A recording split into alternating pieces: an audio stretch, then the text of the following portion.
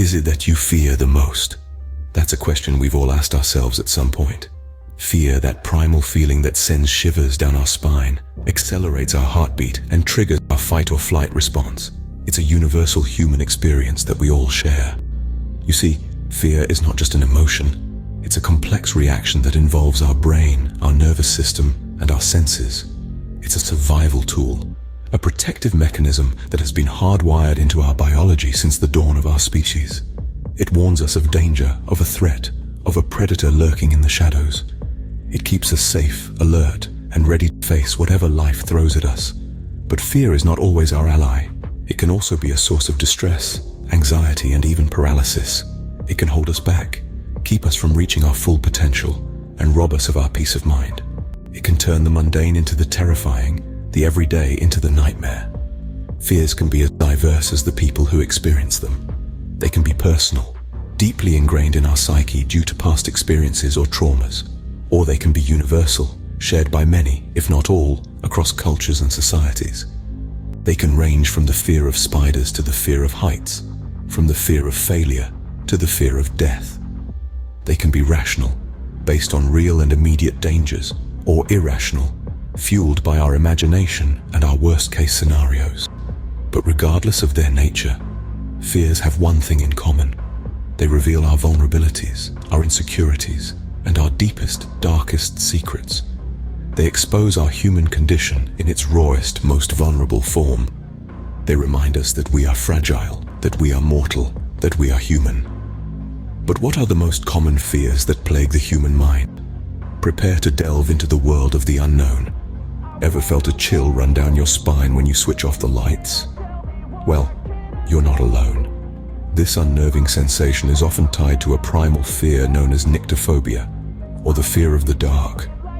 Harking back to our primitive ancestors, this fear was a survival instinct. Nighttime brought unseen predators and danger, and so darkness became synonymous with the unknown, the unseen, the lurking threat.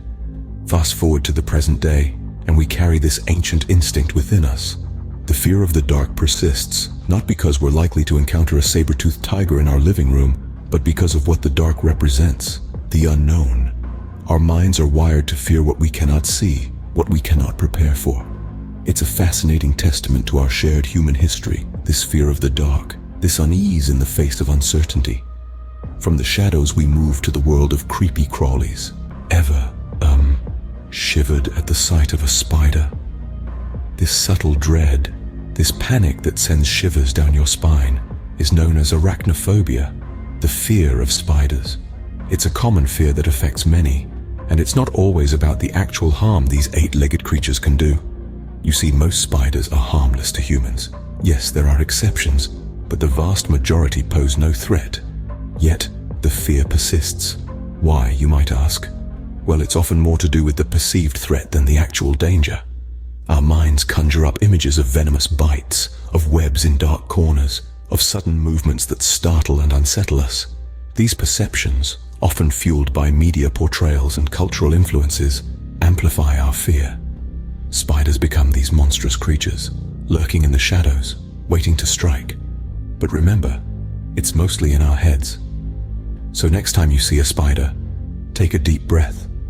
From eight-legged horrors, we move on to the fear of confined spaces. Feel uncomfortable in small confined spaces? Ever been in an elevator and suddenly felt your heart race, your breath shortens, and your palms sweat? That, my friends, is a classic case of claustrophobia, the fear of enclosed spaces. This fear isn't just about the physical confinement. It's about the feeling of being trapped, the fear of not being able to escape. It's like being caught in a net. The more you struggle, the tighter it gets. It's a fear that can be triggered by a multitude of situations. Picture yourself in a crowded room, people pressing in from all sides. Or imagine being in tight clothing that restricts your movements. Each of these scenarios can set off that alarm bell in a claustrophobe's mind. But here's the thing about claustrophobia. It's not just about the fear, it's about the feeling of loss of control. And like all fears, it can be faced and overcome. From the physically restrictive, we now ascend to the heights of fear. Do you get dizzy when you're high up? That's a question many of us ask ourselves when we're standing on the edge of a tall building, looking down at the world below. Welcome to the realm of acrophobia, the fear of heights. It's a fear that's deeply rooted in our primal instincts, a fear that goes back to our earliest ancestors who learned to avoid high places for fear of falling and injuring themselves. This fear isn't just about the physical risk involved. It's about the psychological impact of feeling vulnerable and exposed. It's about the fear of losing control, of being at the mercy of gravity. Even in safe conditions, like being on the top floor of a skyscraper with safety rails, acrophobia can kick in, making your heart race and your palms sweat. This fear is not just about heights, it's about the fear of falling, of losing control, and ultimately, the fear of injury or death. From the heights, we now descend into the depths of the human psyche. Is the idea of not existing terrifying to you? This is the question that strikes at the heart of thanatophobia, the fear of death. This fear is perhaps one of the most profound and universal fears we humans grapple with. It's a fear that doesn't discriminate by age, gender, or nationality. It's a fear that nestles deep within the core of our collective psyche, and it's a fear that forces us to confront the inevitable unknown. Thanatophobia isn't just about the fear of our own mortality. It's about the fear of loss, the fear of the unknown, the fear of what comes after, if anything at all. It's the fear of that final moment when we transition from being to not being.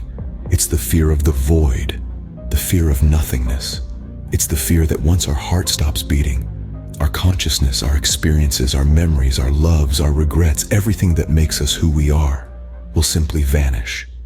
This fear can be so intense, so overwhelming, that it can lead to severe anxiety. The mere thought of death can trigger panic attacks, insomnia, or a constant state of worry.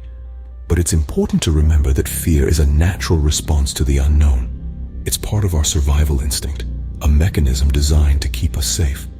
So how do we cope with the fear of death? Some people find solace in religion or spirituality, in the belief of an afterlife or reincarnation.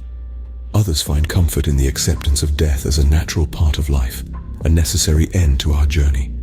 There are those who turn to philosophy, to existentialist thought, and embrace the idea that it's not death we should fear, but rather a life not fully lived.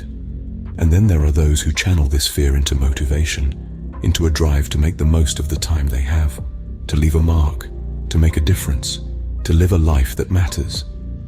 In this way, the fear of death becomes a catalyst for a deeper appreciation of life.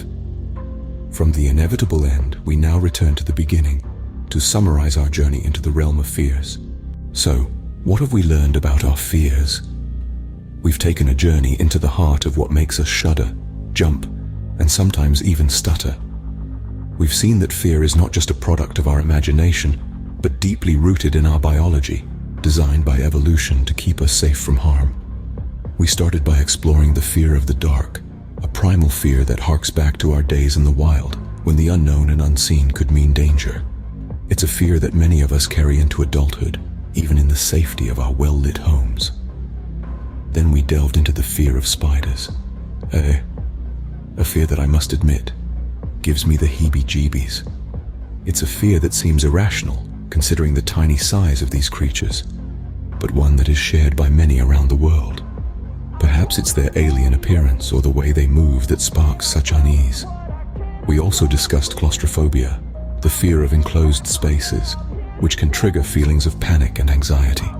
This fear, like many others, is about the loss of control and the fear of being trapped. Then there's acrophobia, the fear of heights. Whether it's looking down from a tall building or climbing a ladder, this fear reminds us of our vulnerability, our mortality, which brings us to our final fear, the fear of death, a universal fear that transcends culture and time.